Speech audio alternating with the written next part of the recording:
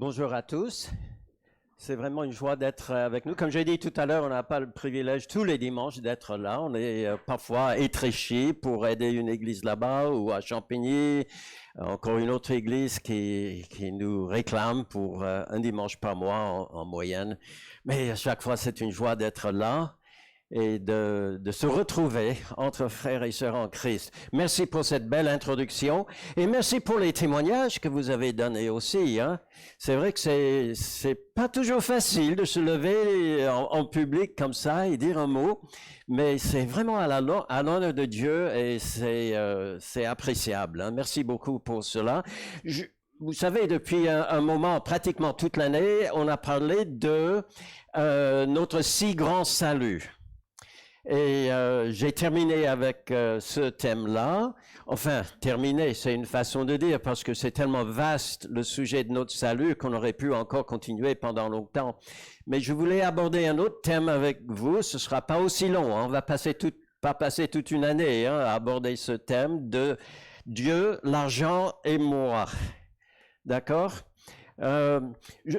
Ça m'est venu à l'esprit parce que les deux thèmes sont souvent associés dans la parole de Dieu. Et ça m'a un peu surpris en épluchant un petit peu ce thème-là. Mais malgré tout, c'est un thème qui est tabou pour beaucoup de monde. Hein. On veut pas en parler. On est peut-être quelquefois surpris que dans l'Église, on évoque ce sujet. Je veux faire un petit démenti, c'est pas Nicolas qui m'a demandé d'en parler, d'accord? Pas du tout. Le Seigneur a mis ça sur mon cœur, mais on n'aime pas trop en parler. Pourquoi? Parce que dans un premier temps, l'argent fait partie de ma vie privée, n'est-ce pas? Eh oui, c'est ce qu'on pense souvent, que ça fait partie de quelque chose d'intime, que je garde pour moi-même, j'en parle pas devant les autres, je ne pose pas des questions, je ne les critique pas, ce qu'ils font, ça les regarde, ce que je fais, ça me regarde. Ça m'amuse quelquefois de voir les panneaux comme ça que les jeunes mettent sur les portes de leur chambre. Vous n'avez jamais vu ça? Tout récemment, j'ai vu ça encore. Propriété privée, défense d'entrée. Ça agace quelquefois des parents, n'est-ce pas? Mais vous savez, nous, chrétiens, des fois, nous avons cette tendance de dire, voilà, Seigneur, il y a une partie de ma vie qui est cachée, je te permets pas d'entrer. Ça, c'est à moi. C'est ma vie personnelle. Et puis, il y a aussi l'idée que ce que je fais avec mon argent relève de ma liberté individuelle. Après tout, si j'ai travaillé honnêtement et j'ai reçu un salaire, eh bien, n'ai-je pas le droit de faire ce que je veux avec? Oui, je vous accorde, c'est un sujet délicat, mais il y a quand même un petit problème là. C'est que Dieu lui-même en parle beaucoup. Hein? Il ose nous dire un mot. Si moi, je n'ose pas trop, Dieu, il ose. Hein? Et il parle par exemple de nos possessions. Alors la Bible parle par exemple de nos maisons, de nos champs. À l'époque, comme c'était très agricole, hein, la société, on parlait du cheptel de tel ou tel. La Bible parle même des vêtements que nous portons. Et des accessoires pour les dames. Nous, les hommes, nous n'avons pas d'accessoires. Si. Mais alors la Bible parle également de notre argent, on va dire argent cash, argent liquide, la Bible en parle aussi, la Bible parle de nos investissements, des empreintes qu'on peut faire, la Bible parle également des impôts, oh horreur. Et puis des banques, des choses comme ça, c'est incroyable. Une fois je me suis intéressé il y a quelques années à relever et à même souligner dans un petit Nouveau Testament que j'avais tous les versets en rapport avec ce que nous possédons, ou pensons posséder en tout cas, tout l'argent, etc. Eh bien, à la fin, pratiquement tout était marqué. Hein, tout était souligné.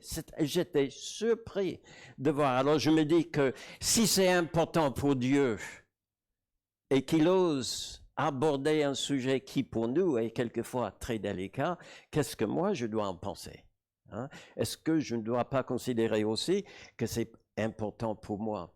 Vous savez, Dieu veut notre bien. Et il veut que nous marchions dans la lumière pour éviter les pièges dans la vie. Et vous savez, avec un peu d'expérience, je me rends compte que les pièges qui sont les plus difficiles, les plus pénibles pour nous, ce sont des pièges dans lesquels on tombe dans ces domaines que nous considérons comme privés. Hein? Souvent, on considère non pas seulement l'argent, mais la politique. La politique. Comment, bientôt, hein, dans quelques mois, nous allons tous aller aux endroits de vote et on va voter. Mais comment est-ce qu'on le fait? Eh bien, on va dans l'isoloir, n'est-ce pas? On s'isole. Personne n'a le droit de m'influencer, de dire quoi que ce soit. Et à moins que moi, je veuille en parler, eh bien, personne n'a le droit non plus de me demander pour qui j'ai voté.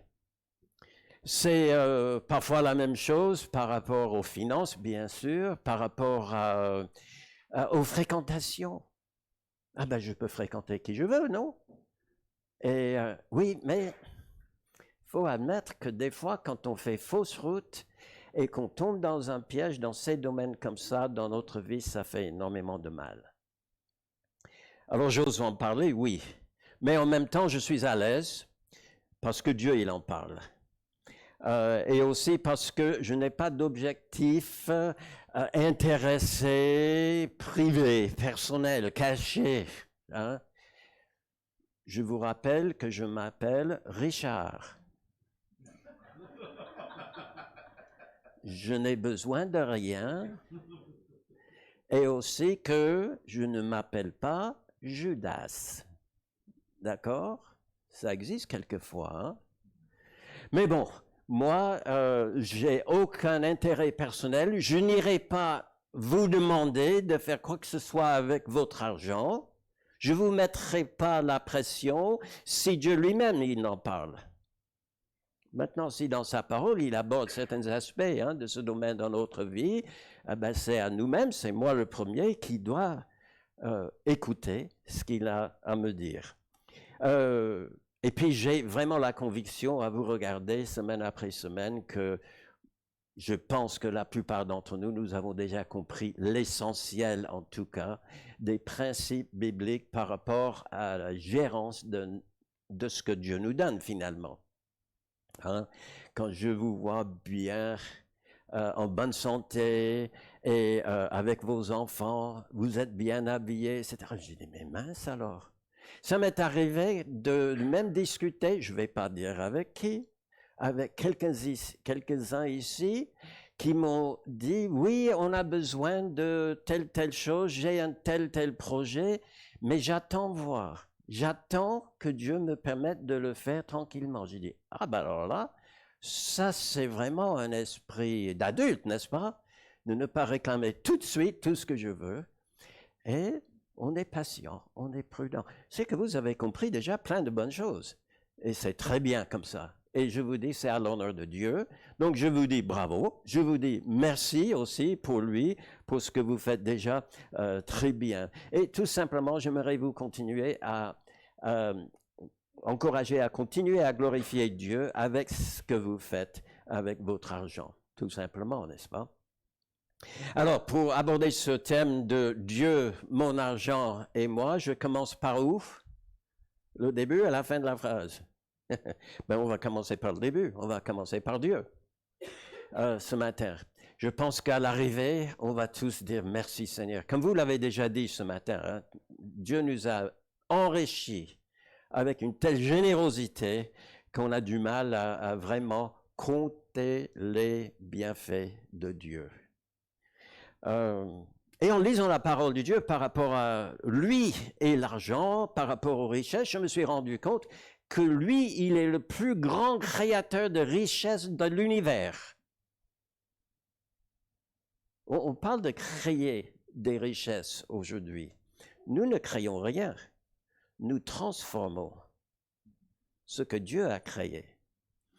La Bible dit qu'il a tout créé. Alors dans le psaume, vous connaissez ces versets, il y en a plein dans la Bible, comme psaume 104, verset 24. « Que tes œuvres sont en grand nombre, ô Éternel, dit le psalmiste. Tu les as toutes faites avec sagesse. La terre est remplie de tes biens. » Partout où il regardait, il voyait la main et la générosité de Dieu, la grandeur de Dieu. Jean 1, 3. Nous connaissons bien, n'est-ce pas? Toutes choses ont été faites par elle, Jésus-Christ, la parole de Dieu. Toutes choses ont été faites par elle, et rien de ce qui a été fait n'a été fait sans elle. Il a tout créé. Alors, si vous avez un doute par rapport à ce qu'on met dans le mot « tout », regardez Hébreux 11, verset 3, qui dit ceci, « C'est par la foi que nous reconnaissons que l'univers a été formé par la parole de Dieu, en sorte que ce qu'on voit n'a pas été fait des choses visibles. » Il a tout fait. Tout ce que nous voyons sur la terre, toutes choses que nous pouvons voir, et même au-delà de la portée de notre regard, Dieu a créé l'univers. Il a tout fait. Il est un grand créateur. Et alors là, c'est quelque chose que j'ai appris durant cette semaine, c'est que ce n'est pas seulement qu'il a créé, mais que tout ce qu'il a créé lui appartient. Ah, oui. C'est vrai que l'homme, il a créé l'argent. Hein? Je ne sais pas, je vais penser, je n'ai pas mon portefeuille avec moi, mais vous avez votre sac, votre portefeuille quelque part, et vous avez peut-être des billets ou des pièces là-dedans. C'est l'homme qui a fait tout ça. Mais qu'est-ce que ça vaut? Ah, ça vaut ce que ça représente. Vous voyez? Alors, si vous n'y croyez pas, parce qu'il faut qu'il y ait quelque chose derrière cet argent, et si vous n'y croyez pas, pensez un instant à ce qu'une banque va exiger de vous le jour où vous lui demandez un crédit.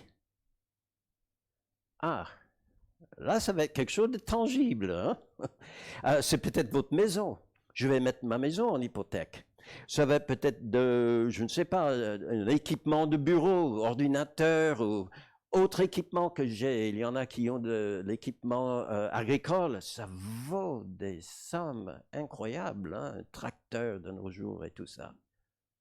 Et vous pouvez dire, je vais mettre ça pour rassurer la banque. Peut-être vous avez mis de côté des économies. Je ne vais pas demander s'il y a quelqu'un ici qui a des lingots d'or hein, dans son compte en banque. Ça m'intéresse, ça ne me regarde pas, ça ne m'intéresse même pas de savoir. Mais vous pouvez dire, oui, toutes ces choses-là, je peux dire à la banque, j'ai ça, j'ai ça, j'ai ça. Et donc, vous pouvez croire que je suis capable de rembourser mon crédit. Mais Dieu, qu'a-t-il s'il devait prendre un crédit? Dieu ne prend jamais de crédit, hein? Et il n'en a pas besoin. Mais admettons, s'il le faisait, il a des galaxies, il a tout l'univers qu'il a créé avec des étoiles innombrables qu'il peut présenter pour des... Et si ce n'était pas suffisant, admettons encore, s'il avait vraiment un grand projet, il pouvait, en claquant le doigt, créer encore d'autres univers. Notre Dieu, il est grand. Comme le psalmiste l'a dit encore, tu as anciennement fondé la terre et les cieux sont l'ouvrage de tes mains. Tout appartient à Dieu. Il est grand, n'est-ce pas? Et il est plus riche qu'on peut imaginer. Quelquefois, ça m'arrive, quelquefois, peut-être pour vous aussi, de voir une émission à la télé où ils vont montrer, l'autre jour, il y avait une émission où on montrait la maison la plus chère du monde. Enfin, c'est ce qu'ils ont dit en tout cas. Je crois que c'était en Californie. C'était un promoteur qui a construit une maison. Et aujourd'hui, si vous voulez vivre dans cette maison, il vous coûterait seulement 50 millions de dollars. Il n'y a même pas de cuisine dans la maison. Oui, parce qu'ils imaginent que si vous avez autant d'argent, vous pouvez vous faire livrer tous les jours vos repas.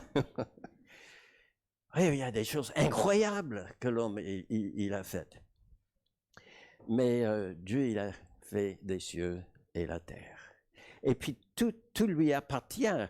La Bible dit, par exemple, alors je vous invite à regarder des prépositions. Vous ne savez pas que nous allions faire un peu de grammaire ce matin, hein? Mais regardez, c'est de lui, par lui et pour lui que sont toutes choses. Arrêtons un instant, c'est de lui. Toutes choses sont de lui. C'est-à-dire la substance, la matière qui est à la base de tout ce que nous voyons autour, eh bien, c'est Dieu qui les a créés. C'est par lui. C'est lui qui après a formé tout ça. Vous savez, la Bible commence en disant que au commencement, Dieu a créé les cieux et la terre. D'accord? Et puis il dit que la terre était informe et vide. Ben, c'est là où il s'est mis à l'œuvre et il a commencé à façonner, il a commencé à mettre des arbres, des animaux, des oiseaux, à tout peupler et à donner une place à toutes choses sur la terre. C'est pas seulement de lui, mais par lui que sont toutes choses. Et là où on rejoint notre thème d'aujourd'hui, c'est aussi pour lui. Ça lui appartient. C'est pour Dieu qu'il a fait ces choses-là. À lui la gloire dans tous les siècles. Et puis dans les psaumes, on lit ceci également. Il tient dans sa main les profondeurs de la terre et les sommets des montagnes sont à lui. Alors, là, il y a, dans cette phrase-là, vous allez les reconnaître par la suite, parce qu'il y en a plein d'expressions comme celle-là dans la Bible. C'est un type d'expression en hébreu qui prend deux extrémités. Là, vous avez les profondeurs de la terre, et on peut imaginer les grands abîmes dans l'océan, n'est-ce pas? Allez, ça va plusieurs kilomètres, hein? C'est très, très, très profond. Et puis de l'autre côté, vous avez le sommet des montagnes. La montagne la plus élevée, c'est laquelle? Everest. Alors, ne me demandez pas à quelle hauteur ça monte, mais ça monte haut, hein?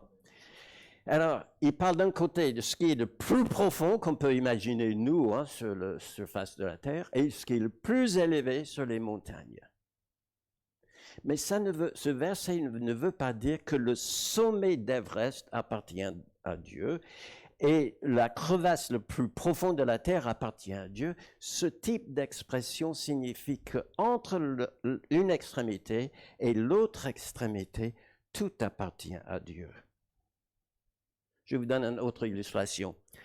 Qui a créé les cieux et la terre? Dieu. Mais ça veut dire que Dieu a créé tout entre les cieux, aussi loin que vous pouvez voir, et la terre que vous foulez aux pieds. Tout, il a tout créé.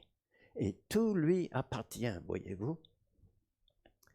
Oui, tout lui appartient. Mais qu'est-ce qu'il va faire avec? Qu'est-ce qu'il veut faire avec? Alors on dit, oui, c'est à lui, c'est pour lui, mais notre Dieu n'est pas avare. Hein? Il ne s'appelle pas Picsou. Dieu nous enrichit de ses biens. Alors s'il est le plus grand créateur de richesses dans l'univers, il est également le plus grand bienfaiteur dans l'univers. Il ne garde pas tout pour lui, il veut partager ça avec nous. Nous en parlerons la prochaine fois, ce que ça signifie que Dieu nous donne certaines choses, qui finalement, qu'il nous les donne ou qu'il ne les donne pas, lui appartiennent toujours. Mais nous parlerons de cela la prochaine fois. Il nous enrichit de plein de biens. Pensez un instant à nos besoins physiques. Dieu nous a créés, hein, de la poussière de la terre, il a soufflé dans les narines d'Adam, hein, le souffle de vie, il est devenu une âme vivante. On appartient à cette création que Dieu a faite et on dépend de cette création aussi. Eh bien, regardez, c'est pas d'aujourd'hui que Dieu a commencé à penser à nos besoins même physiques. Nous avons besoin de quoi? J'ai besoin de l'air. Dans ce temps de Covid, pandémie et tout ça, on reconnaît que des fois, on est obligé d'aller à l'hôpital, mais pour recevoir de l'oxygène, hein, entre autres. Nous avons besoin de l'air, de l'eau, de la nourriture. Et dès la création, Dieu nous a mis dans un jardin où tout était déjà pourvu pour nous. Tout était là.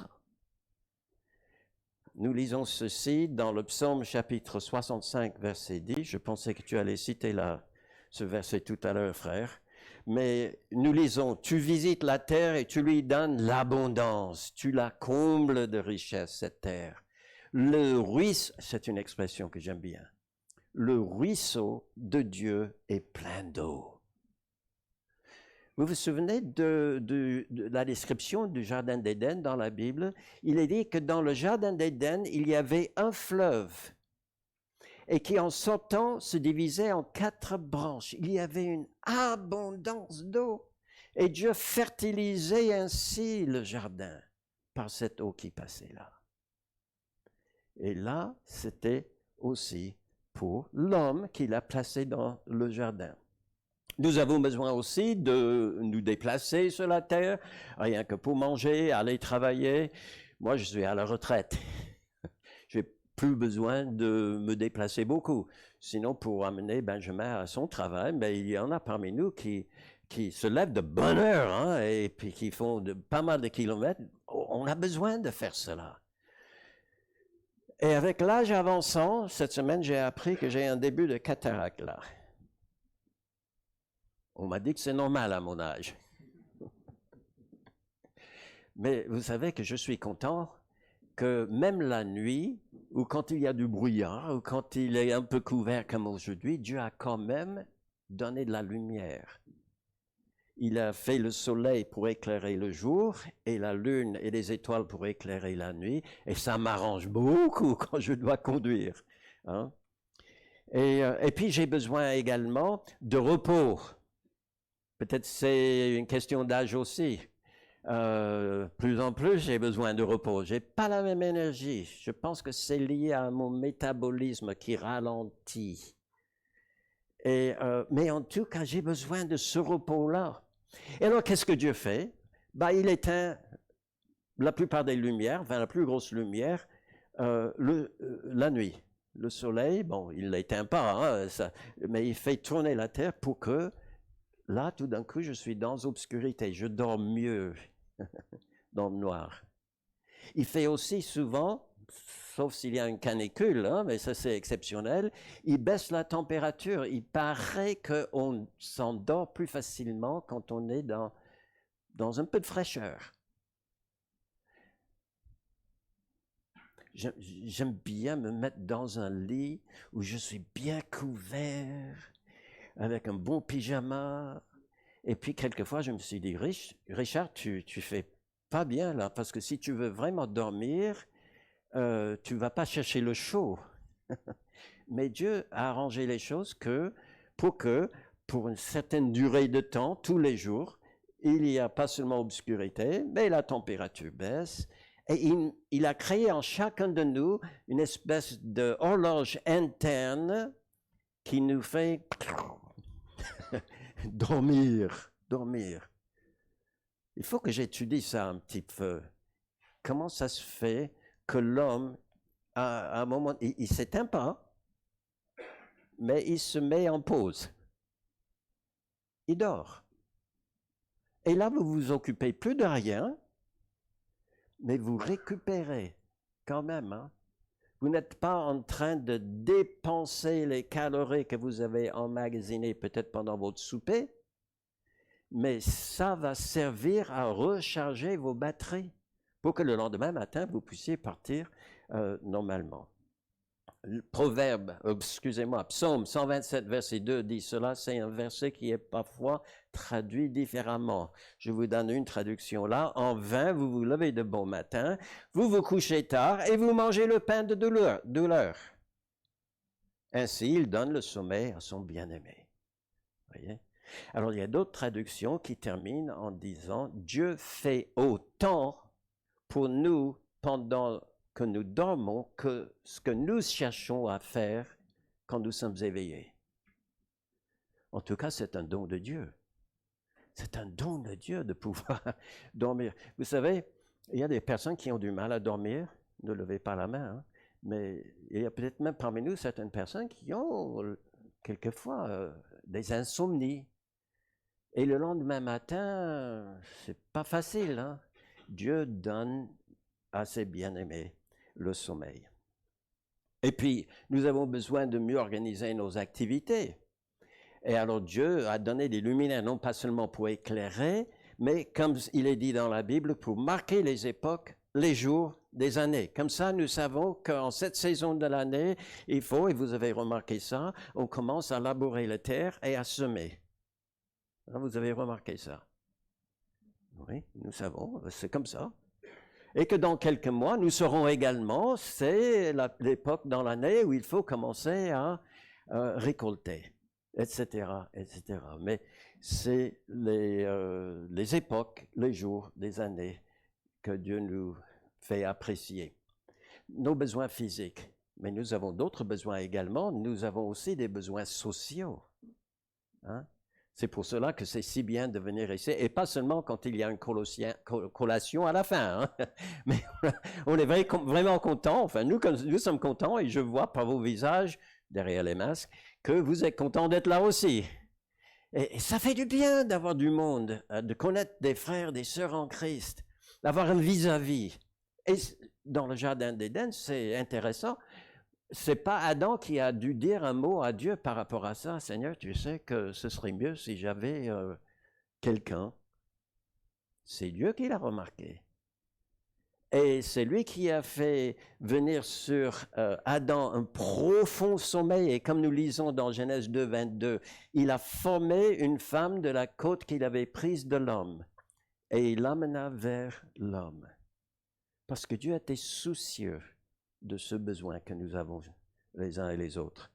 Et là, notre frère a déjà cité ce verset, je le répète, le secret de bonheur. Hein? Celui qui trouve une femme trouve allez Pascal, le bonheur, merci. C'est une grâce qu'il obtient, que beaucoup d'entre nous avons obtenu. De qui? De l'Éternel. Alors, messieurs, ne m'attrapez pas à la sortie de l'église pour me raconter tous les défauts et les petites manies de votre épouse. Vous savez d'où elle était prise, hein?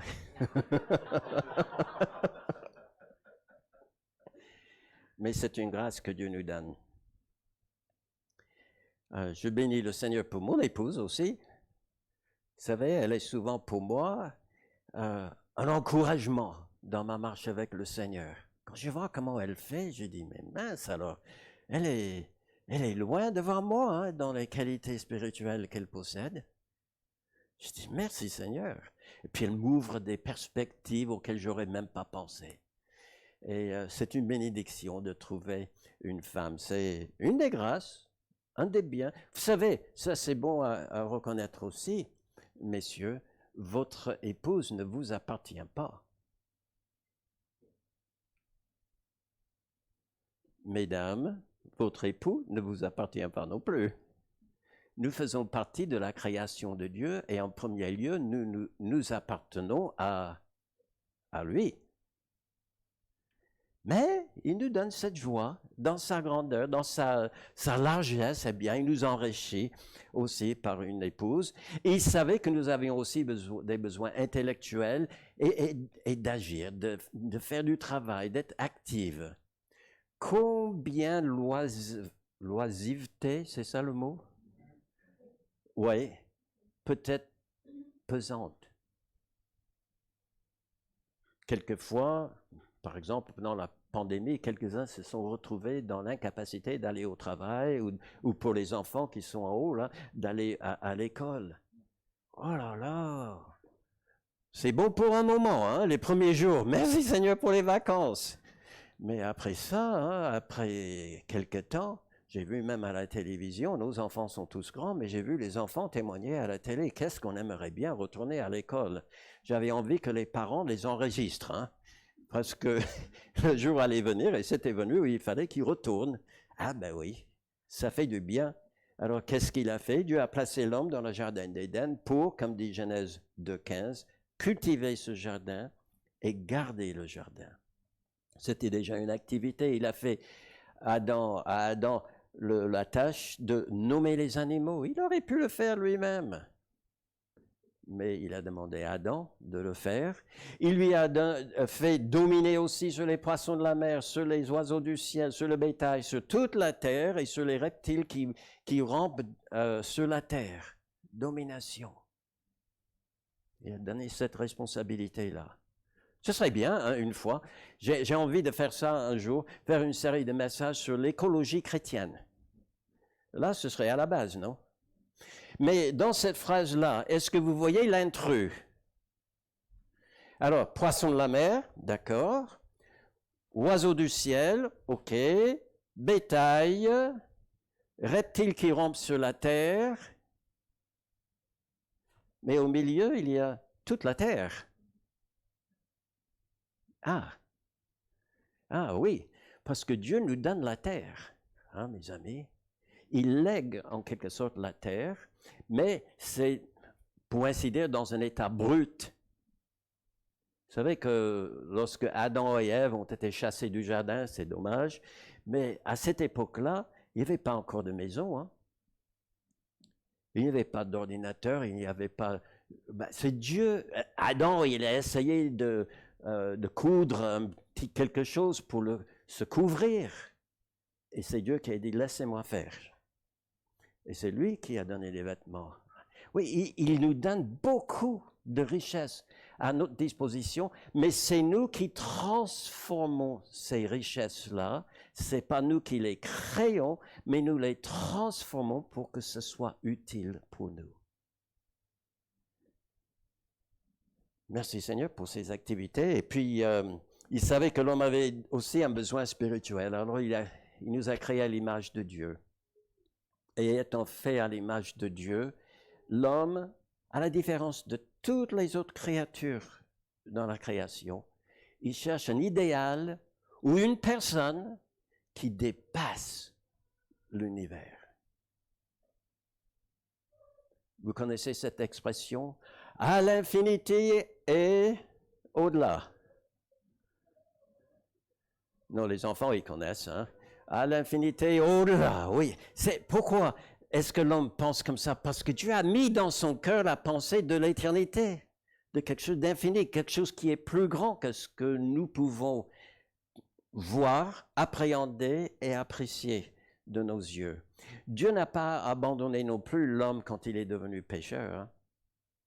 Quand bien même Adam et Ève ont désobéi à Dieu, se sont éloignés de lui, il ne les a pas abandonnés. Mais lui a envoyé un sauveur, Jésus-Christ. Vous connaissez ce verset, n'est-ce pas, Jean 3,16? Vous voulez le répéter avec moi? Car Dieu a tant aimé le monde qu'il a donné son Fils unique, afin que quiconque croit en lui ne périsse point, mais qu'il ait la vie éternelle. Dieu a donné. Il n'est pas seulement le plus grand créateur, il est le plus grand donateur, bienfaiteur. Il nous enrichit de ses biens. Et je me demandais ce qui avait, ça m'est venu ce matin même, qu'est-ce qui valait et qui vaut le plus pour Dieu? Bon, il a créé des étoiles, non? Ça doit avoir une certaine valeur. La terre, nous, non, la chose, tout ça peut disparaître, ou être volé, ou se dégrader. Mais il y a une chose, dans tout l'univers, il y a une personne. Dieu est une trinité, il a son Fils. Un Fils qui n'a jamais été créé, qui existe avec le Père en parfaite harmonie depuis toujours. Et là, il a dit, ça, je donne ça. Ça avait plus de valeur que tout ce que nous pouvons voir autour de nous. Et il a donné pour que nous ayons quoi? La vie éternelle. Et en tout cela, il est tellement généreux, n'est-ce pas? Alors, Chronique, 1 Chronique 29, verset 12. Ça, c'est un verset pour notre pasteur qui se demande comment ce projet d'agrandissement va aller. Et d'ailleurs, ce que nous lisons ici, c'est une prière que David a offerte à Dieu quand il voyait tous les Juifs venir à Jérusalem apporter leurs richesses pour la construction du temple que son fils Salomon allait faire. Et il dit ça à Dieu, c'est de toi que viennent la richesse et la gloire. C'est toi qui domines sur tout. C'est dans ta main que sont la force et la puissance. Et c'est ta main qui a le pouvoir d'agrandir et d'affermir toutes choses. Oui. C'est lui qui domine sur tout. Il nous a demandé de dominer sur sa création, mais en réalité, c'est lui qui domine sur tout. Il a le droit de dominer sur tout ce qu'il a créé, même sur nos cœurs. Et puis un autre verset, Ecclésiaste 5, 18. Alors c'est le fils de David qui a écrit ceci, mais si Dieu a donné à un homme des richesses et des biens, s'il a rendu maître d'en manger, d'en prendre sa part, de se réjouir au milieu de son travail, c'est là un don de Dieu. Alors je sais que parmi nous, il y en a qui ont peut-être plus des biens de cette terre que d'autres, mais Dieu nous a fait don, fait cadeau à chacun de bien des choses. Nous lisons aussi dans Lamentation, vous connaissez, c'est Jérémie, le prophète qui a vu ces jours terribles, jours de jugement de Dieu, et malgré tout le malheur qu'il voyait autour de lui, il a dit, les bontés de l'Éternel ne sont pas épuisées, malgré ce que je vois. Ne sont pas épuisées. Ses compassions ne sont pas à leur terme. Elles se renouvellent chaque matin. Oh, que ta fidélité est grande. Et puis dans Matthieu, alors c'est pas Matthieu qui le dit, il raconte ce que Jésus a dit. Non pas seulement Dieu a été généreux envers nous, mais dans sa générosité, il nous a demandé rien. Dieu ne se met pas derrière la caisse, mes amis. Il n'est pas là pour nous vendre quoi que ce soit. Il est là pour nous donner.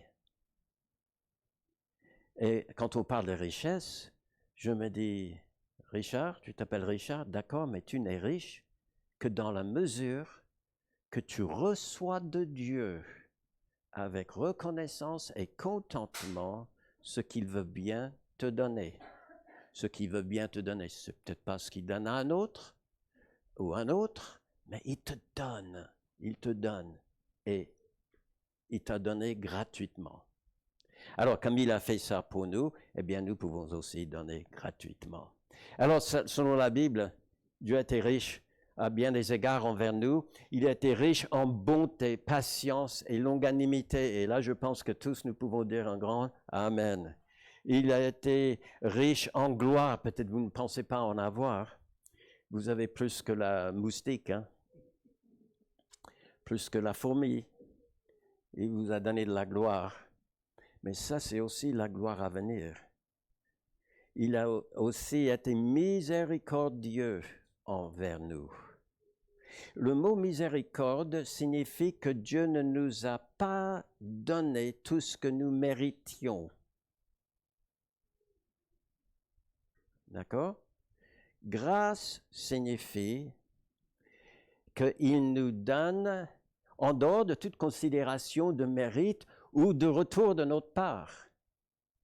Miséricorde signifie qu'il ne nous donne pas ce que nous méritons. Qu'est-ce que nous méritons? Le salaire du péché, c'est là. Quelqu'un ici a-t-il sans péché? Eh bien, nous méritons tous la mort. Et pourtant, regardez, nous sommes tous en train de respirer, vivre dans la joie, dans la communion fraternelle. Dieu est bon envers nous, miséricordieux. Sa grâce également. oui. Et là, nous pouvons dire tous, Amen, Seigneur. Ça, c'est mon témoignage. Tu as été riche envers moi dans tous ces domaines et bien d'autres encore. Et je te dis un grand, grand merci. Alors, l'apôtre Paul, il en parle beaucoup. Il prêchait, il partait partout, parlait aux païens. Ça vous est jamais arrivé à l'esprit de vous poser la question de quoi parlait-il quand il prêchait? Quand il avait l'occasion d'aller vers les païens, c'est lui-même qui nous le dit. Voilà ce qu'il dit. À moi, qui suis le moindre de tous les saints, cette grâce a été accordée d'annoncer quoi aux païens? Les richesses incompréhensibles de Christ. Ça, c'était le thème. Et c'est incroyable. Oui, je sais que des fois, nous avons presque envie de dire ça c'est tabou, on ne veut pas en entendre parler ni rien. Mais c'était le thème de la prédication de l'apôtre Paul quand il allait chez les païens.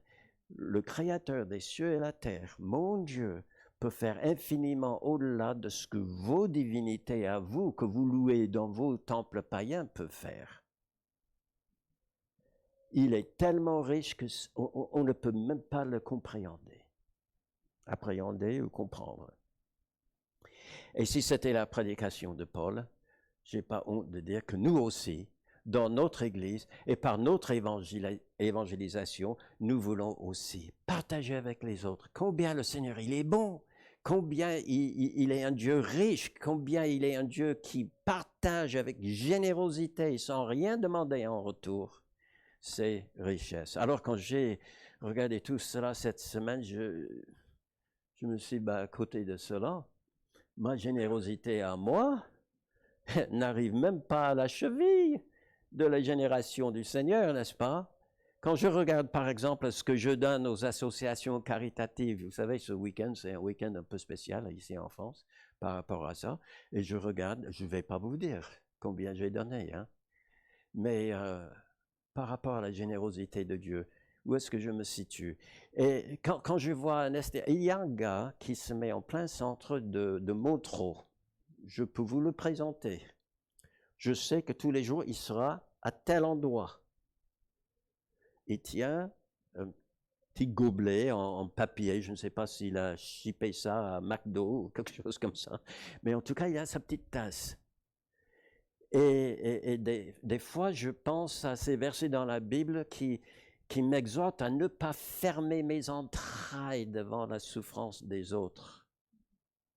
Ah, je ne sais pas s'il va utiliser ce que je mets dans sa tasse comme il faut ou pas, mais en tout cas, ma responsabilité à moi, c'est de donner comme Dieu m'a donné. Mais quand je compare mes petites pièces dans la tasse à la générosité de Dieu, je dis, oh là là, t'es vraiment mesquin, Richard. T'es mesquin. Parfois intéressé. Et les offrandes de l'Église aussi, je peux Seigneur, par rapport à ce que tu m'as donné, je mets peu de choses. Enseignez-moi à être comme toi tu es pour moi. Vous savez, les Américains, ils ont un jour qu'ils appellent le Thanksgiving. Il faut le lire à l'envers. Ça veut dire de donner nos remerciements, de dire merci à Dieu. Et donc, ils ont mis à part un jour dans l'année pour le faire. Oh, la plupart d'entre eux regardent les matchs de foot à la télé. Hein. Et quand bien même ils mangent un bon repas qui ressemble un petit peu à ça, c'est pas avec une pensée pour l'Éternel. Mais quand même, c'était une bonne idée de mettre à part. Et il y a beaucoup de chrétiens qui, ça leur donne l'occasion de s'arrêter un peu et de réfléchir aux bontés de l'Éternel. Et de lui dire merci Seigneur, merci pour ma famille, merci pour ce que j'ai à manger, merci pour ceci, merci pour cela. Mais je me demande, est-ce qu'un jour dans l'année est suffisant? Ah non, non. Tous les jours, je dois avoir cet esprit de thanksgiving, de rendre mes remerciements au Seigneur, sachant que je suis certainement parmi ceux, alors merci à notre sœur, oh non, elle est Gabrielle, elle aime bien ce verset. Ceux qui chantent, oui, on est parmi ceux qui chantent, peut-être qui dansent. Alors là, c'est une question de tempérament, de personnalité. Il y en a qui sont très exubérants, il y en a d'autres qui le sont moins, mais en tout cas, dans notre cœur, il y a ce joie débordant qui s'écrit « Toutes mes sources sont en toi, Dieu. » La source de ma santé est en toi. La source de ma nourriture, j'ai besoin de manger, de l'air, enfin, tout ce dont j'ai besoin, tout ce qu'on a juste évoqué à peine ce matin, tout vient de toi.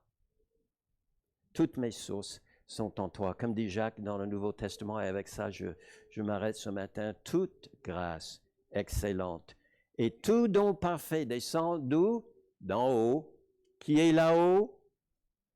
Eh bien, le Père des Lumières, en qui il n'y a ni changement, ni ombre de variation. Oui, je sais que c'est un verset que nous utilisons quelquefois pour tout simplement parler de combien Dieu il ne change pas. Mais ici, c'est qu'il ne change pas dans sa générosité, dans son désir de combler l'être humain qu'il a créé et qu'il aime de tout son cœur, de tous ses besoins.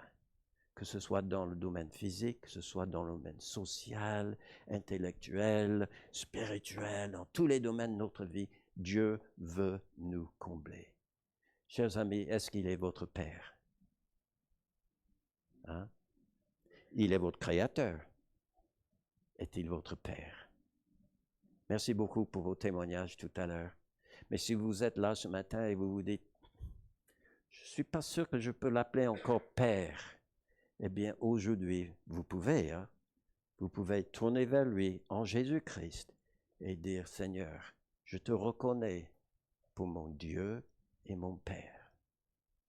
Si vous avez une question par rapport à cela, venez discuter avec l'un ou l'autre parmi nous. Nous serions heureux de vous présenter ce Père, l'être le plus riche de l'univers, mais l'être le plus généreux de l'univers aussi. Prions. Notre Dieu, merci pour ta grâce, merci pour tous tes bienfaits envers nous, merci pour l'occasion que tu nous donnes encore ce matin de essayer de sonder un tout petit peu combien tu es grand et riche envers chacun d'entre nous. Reçois toute notre reconnaissance au nom de Jésus-Christ. Amen.